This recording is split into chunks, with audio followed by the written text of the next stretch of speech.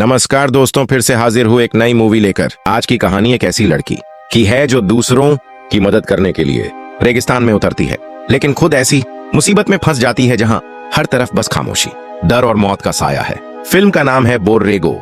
चलिए शुरू करते हैं इसकी कहानी। सीन 1 में हम देखते हैं कि कहानी शुरू होती है एली से, जो एक बॉटनिस्ट है। एक रिसर्च प्रोजेक्ट की वजह से वह एक छोटे और शांत रेगिस्तानी टाउन में रहने चली आती है। एली अपने अतीत में हुई एक बड़ी गलती से परेशान रहती है और यहाँ वह नई शुरुआत चाहती है। सीन 2 में हम देखते हैं कि दूसरी तरफ मेक्सिको बॉर्डर के पास एक ड्रग डीलर टॉमस अपने बॉस के लिए एक पैकेज लेकर अमेरिका घुसता है। उसे वहां से एक कार लेनी होती है और फिर शहर पहुंचना होता है, लेकिन चीजें बिगड़ जाती हैं। सीन 3 में हम देखते हैं कि एली सुबह पौधों की स्टडी करने बाहर जाती है। उसी दौरान टॉमस का प्लेन क्रैश हो जाता है और वह एली को देख लेता है। ड्रग्स बर्बाद होने के डर से वह एली को बंदूक दिखाकर अगवा कर लेता है और आदेश देता है कि उसे अपनी कार तक ले चले जो बहुत दूर है। एली डरते हुए भी उसे रास्ता दिखाने लगती है।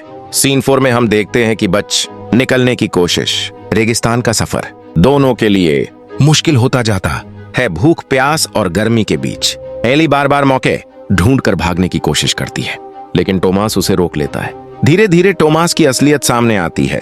वह कोई बड़ा क्रिमिनल नहीं, बल्कि मजबूरी का मारा हुआ इंसान है जिसे अपने परिवार के लिए पैसे चाहिए होते हैं। एली वहां पहुंचती है और टॉमस को घायल हालत में देखती है, लेकिन वह उसकी मदद करने ही वाली होती है कि टॉमस बंदूक तान देता है। ड्रग्स नष्ट हो चुके हैं और पकड़े जाने का डर उसे पागल कर देता है। वह एली को किडनैप कर लेता है और कहता है, मुझे अपनी कार तक ले चलो, नहीं तो तुम जिंदा नहीं जाओगी। एली डर जाती है, लेकिन जान बचाने के लिए साथ चलने को मजबूर होती है।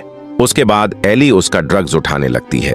फिर वह ड्रग्स उठाकर गाड़ी में रख देती है। उसके बाद वह दोनों गाड़ी में बैठकर वहां से चलने लगते हैं। रात का अंधेरा होता है। दूसरी तरफ हम देखते हैं कि गिलेर्मो बार बार कॉल कर रहा होता है। रात के अंधेरे में टॉमस गाड़ी ठोक देता है। गाड़ी गड्ढे में फंस जाती है। उसके बाद दोनों कार से उतरकर टॉमस एली को ड्रग्स की बैग लेने के लिए कहता है। फिर एली बैग लेकर रेगिस्तान के रास्ते जाने लगते हैं। उधर शहर में डिप्टी शेरिफ जोसे होसे और उसकी बेटी एलेक्स को पता चलता है कि एली कहीं गायब है।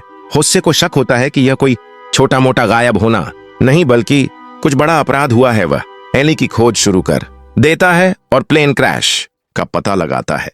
अब उसके बॉस को भी पता चल गया है कि टॉमस कनेक्शन टूट गया है। वो बेहद खतरनाक लोग हैं। अगर टॉमस ड्रग्स डिलीवर नहीं करेगा तो उसका परिवार खतरे में है। एली उससे पूछती है, तुम ये सब क्यों कर रहे हो? टॉमस नम आंखों से बताता है, अपने परिवार के लिए मेरे पास और कोई रास्ता नहीं।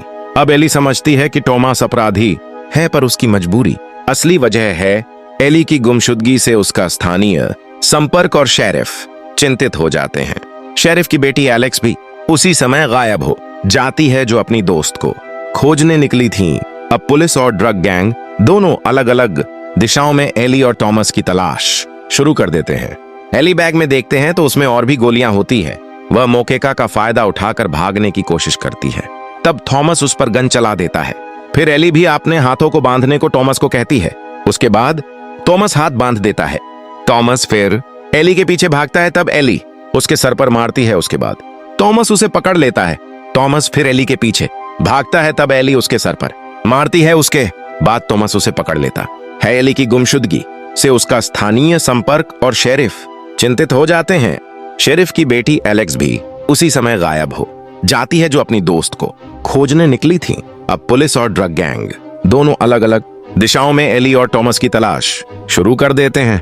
इधर टॉमस का मैक्सिकन बॉस, जिसे ड्रग्स चाहिए, खुद बॉर्डर क्रॉस करके आता है और रेगिस्तान में अपने गुंडों को भेजता है। टॉमस एली को लेकर रेगिस्तान में लंबी यात्रा शुरू करता है। यहाँ उनके सामने सबसे बड़ा दुश्मन है गर्मी, पानी की कमी और जंगली इलाका। दोनों घंटों चलते हैं। गर्मी से टॉमस बेहोश जैसा हो जाता है। एली पौधों और इलाके का ज्ञान इस्तेमाल कर उसकी मदद करती है, लेकिन भागने की हर कोशिश असफल रहती है। धीरे धीरे दोनों के बीच दुश्मनी से ज्यादा इंसानियत दिखने लगती है। एक जगह टॉमस जहर वाले पौधे को खाने वाला होता है तो एली उसे रोकती है। ड्रग कार्टेल को पता चल जाता है कि टॉमस के पास भेजा गया माल गायब है। वे हथियार लेकर उसकी तलाश में निकल पड़ते हैं।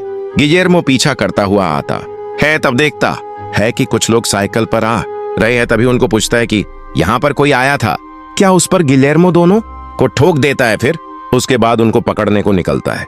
लंबे सफर में टोमास और एली के बीच मजबूरी से बना रिश्ता धीरे धीरे मानवीय होने लगता है। टोमास बताता है कि उसकी बहन बीमार है और पैसे की कमी ने उसे इस काम पर मजबूर किया। एली को उसकी बातों में इंसानियत दिखती है। वो पहली बार टोमास को दुश्मन की तरह नहीं, एक डरे हुए इंसान की तरह देखने लगती है। केबिन में टॉमस घावों से बेहाल है।